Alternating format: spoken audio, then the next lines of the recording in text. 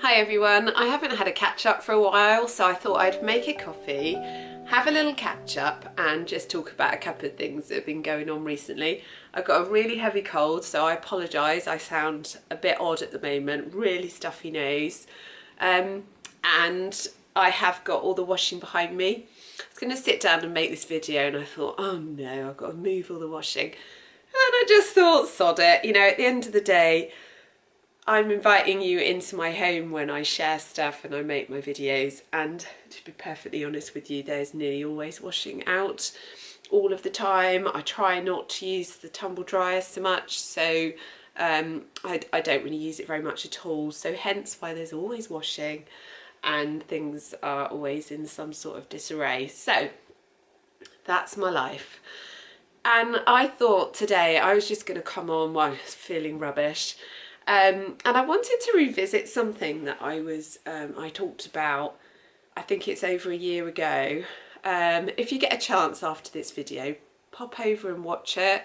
And it was to do with female friendships and how I find them hard. And I did admit in that video that I've only got about sort of 5 close friends. And I would say that is still the case. After that video I did get I got a bit of hate about it. I did have some horrible messages of people saying, you know, well, you must be a really horrible person if you've only got 5 friends and all this kind of stuff. But the overwhelming feedback that I got was that actually a lot of other women feel the same. I also got a lot of feedback from people and comments from people that actually that they feel lonely at times, that they perhaps have lost their close friends and then find it hard to make new friends because you've not got the past, you've not got the backstory to sort of those reference points and all that kind of thing. And I thought I'm going to come on and revisit this because I am and I have had to face facts since Christmas really, that I've been dumped by a friend, and I didn't pick up on the signs previously. I think it's been going on for a while and it makes me really, really sad. But at the same time, I decided at Christmas that I'm going to agree with it and I'm going to move on too. So that I think there are times with friendships where you kind of have to accept what's happening.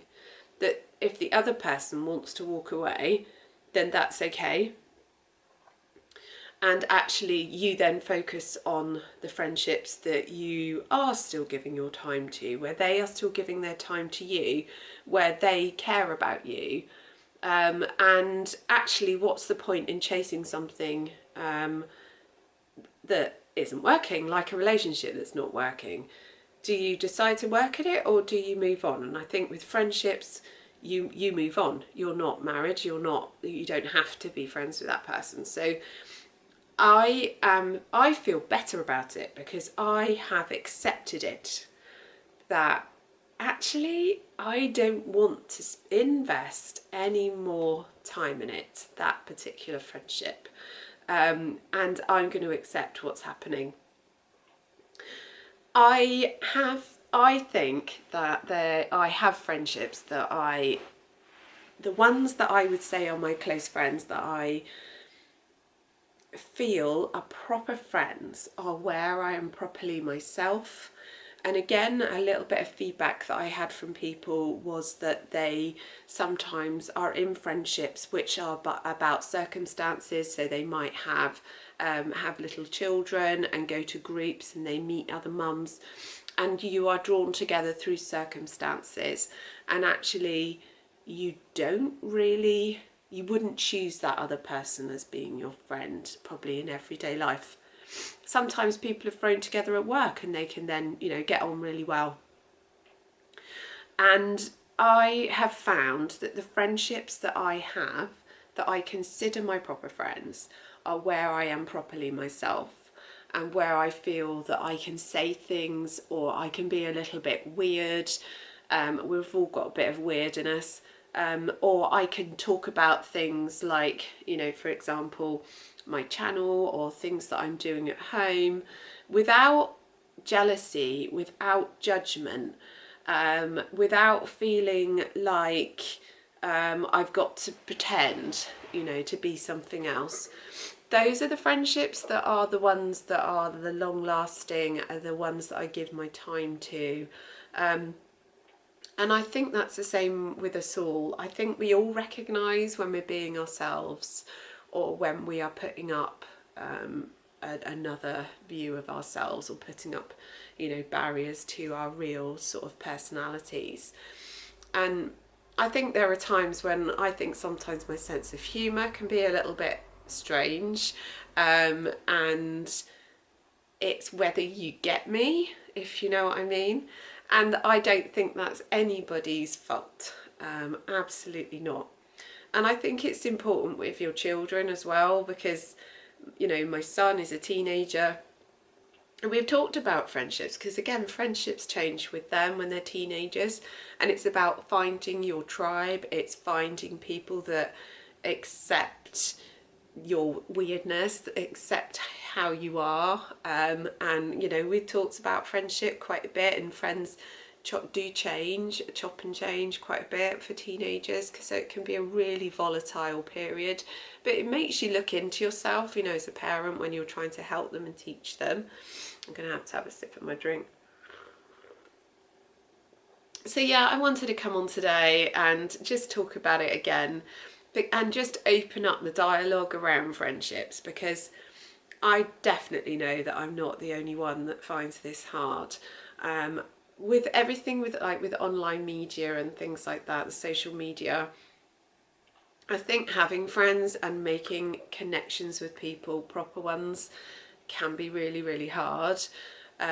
What I do with some of my friends is I will do a check-in and say, how are you doing? Are you having a good week? Or I might check in and say, hey, I'm having a rubbish week, how are you? Do you want to chat? That kind of thing. But I also plan things. So with the friends that I consider my proper friends, I'll look at my diary and think, right, I'm going to send such and such some dates. Should we get together and go out for some food? Or should we go to the cinema? Do you fancy going to watch whatever?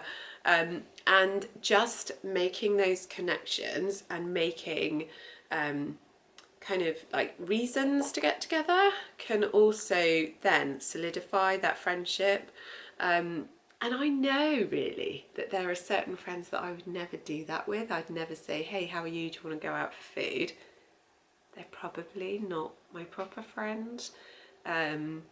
So that's where I was coming from today. We do all feel lonely, and there are times when I feel like, are certain friendships, am I losing someone? Do I need to make a bit more effort? And sometimes I do.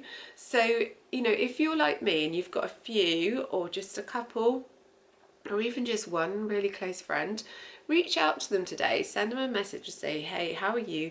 Send them a silly, you know, emoji sticker or something, and just say, hey, how are you doing? Thinking about you. Should we plan to get together? And rather than like, oh well, I'm going to pressurize you, are you around like today, should we see each other within the next month or something, and just make those plans to do it. I love meeting up with my friends. I don't do it enough, but it is a really important part of our lives to make sure that we're meeting and making those sort of physical, intimate connections with other women, especially at this time when really the world of social media and so on is really not a very nice place. So with all that said, I am getting on with a load of DIY today, but I will be making some time to send some messages to my friends too, and I hope you do the same. I will see you in my next video, whenever that will be. See you soon. Bye.